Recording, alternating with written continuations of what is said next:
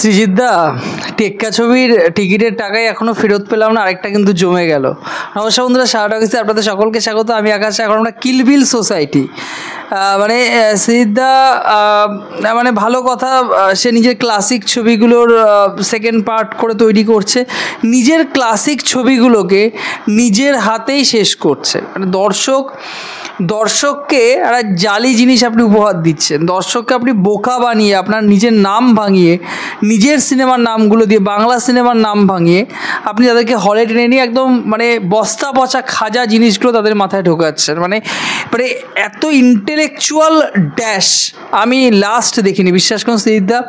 এবং মানে আপনার তো আমি ফ্যান, মানে আপনার ছবি দেখে আমরা বড় হয়েছি। আপনি যে সময় আসছেন বাংলা সিনেমার জাস্ট মোড় ঘুরিয়ে দিচ্ছেন। আপনার ক্লাসিক্যাল ছবি বলতে বাংলা সিনেমার ইতিহাসে ওই 4-5টা 6টা ছবি আজীবন থেকে যাবে, যতদিন বাংলা সিনেমা থাকবে, ইন্ডাস্ট্রি থাকবে। তারপর এগুলো কি শুধুমাত্র টাকার জন্যে, নাকি মানে ইন্ডাস্ট্রি বাধ্য করে ফ্র্যাঞ্চাইজির ছবির জন্য প্রেশার আসে, আমি কিন্তু জানি না। যাই হোক, আজকে আমি কিলবিল সোসাইটি দেখে আসলাম, যেটা হেমলক সোসাইটির সেকেন্ড পার্ট। মানে এটা বলতে লজ্জা করছে, হেমলক সোসাইটির সেকেন্ড পার্ট, এটাকে আপনি নর্মাল একটা ছবি হিসেবে দেখে আসুন। হেমলক সোসাইটির সেকেন্ড পার্ট দেখার মানে বলার দরকার নেই আর কি, ওটা একটা কাল্ট ক্লাসিক ছবি। এই ছবিটা আমার কেমন লাগলো, এবারে টেক্কার মধ্যে রদ্দি জালি ছবির কথাটাই বলতে পারতাম, মুখ থেকে সেটা বেরিয়েও আসছে। কিছু পয়েন্ট রয়েছে যেগুলো কিন্তু কিলবিল সোসাইটির জন্য ভালো, এবং এই ছবির ক্ষেত্রে পজিটিভ পয়েন্ট, সেগুলো বাদ দিই তাহলে এটা একটা মন্দের ভালো ছবি। না দেখলে আপনার জন্য ভালো, যদি হলে গিয়ে দেখে ফেলেন একবার, কোনো রকমে একবার দেখে এক্সিট থেকে আপনি বেরিয়ে পড়লে আপনার জীবন বেঁচে যাবে আর কি। দমবন্ধ থেকে আপনি দমবন্ধ একটা আবদ্ধ পরিবেশ থেকে মনে হবে 2 ঘন্টা 15 মিনিট আমাকে জোর করে রেখে দেওয়া হয়েছে, টিকিটটা কেটেছি বলে রয়েছি। না হলে না দেখলে সব থেকে ভালো, দেখে ফেললে এটা আপনার জাস্ট কপাল। এবার এই ছবির যে গল্পটা, যারা হেমলক সোসাইটি দেখে ফেলেন তাদেরকে বলার কিছু নয়। আনন্দকর পরমব্রতর ক্যারেক্টারটা, সে একজন হেমলক সোসাইটি বলে একটা জায়গা সে চালায় আর কি, যেখানে মানুষ কীভাবে সুইসাইড করবে সে নিয়ন্ত্রণ করে, তাদেরকে শেখান, এবং সুইসাইড করার বিভিন্ন রকম তালিকা তারা কিন্তু তৈরি করে দেন। তো এখানে মৃত্যুঞ্জয় কর তার ক্যারেক্টারটার নাম। এখানেও কৌশানী একটা ট্রাভেলে পড়েছে, একটা ট্রাভেল তার মধ্যে আমরা দেখতে পাচ্ছি। তার বয়ফ্রেন্ডের সাথে আপনারা ট্রেলারে দেখতে পেয়েছিলেন, তার একটা সিন লিক হয়ে যায় সোশ্যাল মিডিয়ায়, যার ফলে সে ট্রমাটাইজ ডিপ্রেশনে চলে যায়, এবং সে একজন কন্ট্রাক্ট কিলারকে সাইন করে, যে মৃত্যুঞ্জয় কর মানে পরমব্রত যে ক্যারেক্টারটা, সে 12 বছর 13 বছর পর আবার ফিরে আসছে, এবং আসার পরে কৌশানীর জীবনে সে কীভাবে বদলে দেবে। সে কি বাস্তবেই এবারে তাকে মেরে ফেলবে, নাকি তার জীবনকে, কোয়েল মল্লিকের জীবনে মেঘনার জীবন যেভাবে বদলে দিয়েছিল, এবারে সে কৌশানীর জীবনে সে বদলে দেবে। সেটা জানার জন্য আপনাকে হলে গিয়ে ছবিটা দেখতে হবে। এই ছবির ক্ষেত্রে পজিটিভ পয়েন্ট লাস্টে বলবো, খুঁজে আমি দুটো বের করেছি। নেগেটিভ পয়েন্টগুলো বলি। ফার্স্ট নেগেটিভ পয়েন্ট, এর কোনো মূল গল্পই নেই। মানে হেমলক সোসাইটির যে গল্পটা একটা ইউনিক ব্যাপার ছিল, দর্শক প্রথমবারের জন্য গল্পটাকে খেয়েছিল, প্রথমবার জন্য কানেক্ট করেছিল চরিত্রগুলোর সাথে।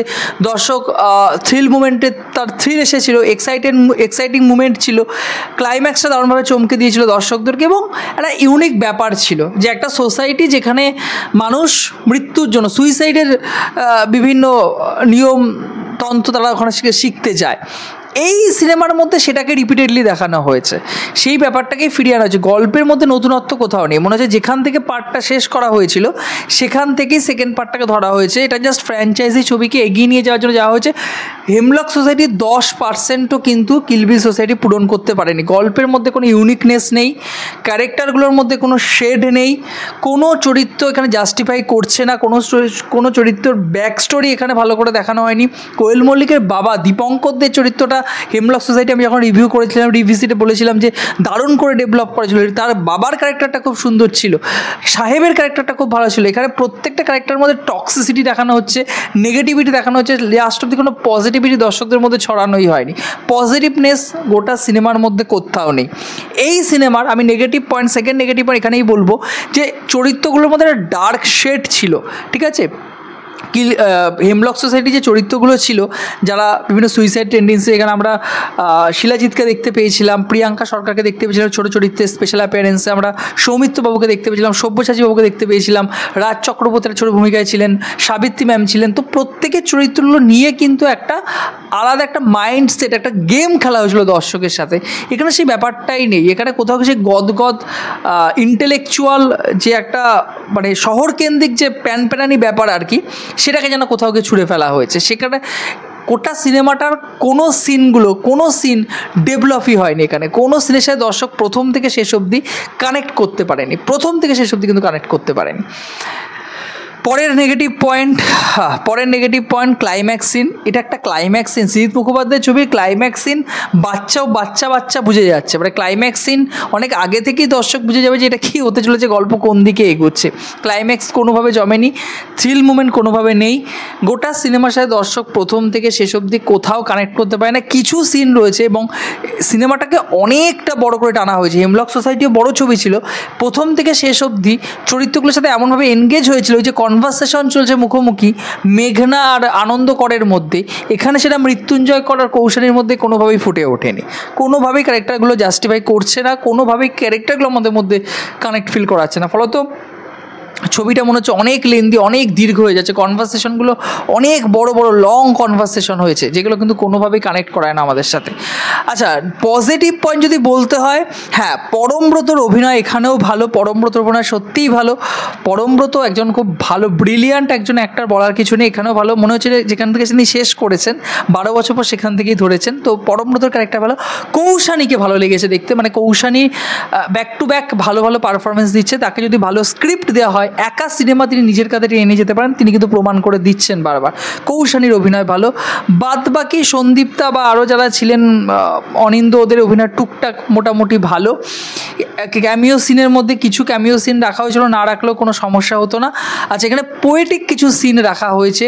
একটা সিন রয়েছে, এটা ভাইরাল হয়েছে, আপনারা জানেন, বাথটবে একটা সিন রয়েছে কৌশানী এবং পরমব্রত, এবং আরও কিছু সিন রয়েছে যেখানে বোন এবং দিদি, মানে সন্দীপ্তা এবং কৌশানী দিদি বোন, তাদের মধ্যে একটা কনভারসেশনের সিন চলছে, এবং আরও কিছু সিন রাখা হয়েছে পোয়েটিকভাবে, যদিও ওটা ড্রিঙ্কিং একটা সিন, এবং আরও কিছু সিন এখানে আমরা পোয়েটিকভাবে দেখতে পাচ্ছি। সেই সিনগুলো কিন্তু, আচ্ছা, বিশ্বনাথ বাবুর একটা ক্যারেক্টার রয়েছে, তার চরিত্রটা খুব সুন্দর, তার ক্যারেক্টারটা অভিনয় খুব ভালো, এবং পোয়েটিক সিনগুলো কিছু জায়গায় ভালো। তবে দর্শক যে সেই অবধি যে কানেক্ট করবে, সেই ধৈর্যটাই যেন শেষ হয়ে যায় সিনেমা শেষ হতে না হতে, এত গতি স্লথ আর কি। তো ক্যামেরার কাজ ভালো, ক্যামেরা অ্যাঙ্গেল ভালো, এবং একটা গান রেফারির বাসি বলে যেটা রূপম এবং সিধু গেয়েছে, সেই গানটা আমার ভালো লেগেছে। অন্য গানগুলো টুকটাক কাজ চালিয়ে দেওয়ার মতো বেশ ভালো। এই পজিটিভ পয়েন্ট। মন্দের ভালো একটা ছবি, না দেখলেই বেটার, আর দেখে ফেললে দর্শক বিচার করবেন কেমন হয়েছে। আপনাদের কি মতামত কমেন্ট বক্সে জানাতে ভুলবেন না। কিলবিল সোসাইটি নিয়ে আপনারা কেমন ভাবছেন, কি ভাবছেন? ভিডিওটি ভালো লাগলে খুব ইনফরমেটিভ ভিডিও পেতে চ্যানেলটিকে সাবস্ক্রাইব করে পাশে থাকবেন বন্ধুরা।